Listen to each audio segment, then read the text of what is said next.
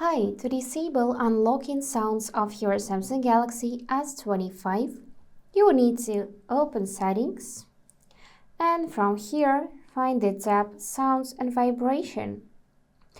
After that, you can scroll down a bit till you could see System Sound. And in System Sound, you would see the section Screen Lock and Unlock. And if you see that the switcher is blue, then it is enabled and you can hear sounds when you are locking and unlocking the device. Let me show you this. For that, I'm gonna disable mute mode first and lock my phone. So this is the sound when locking the device. And also we can adjust its volume, so we can add volume and try it again.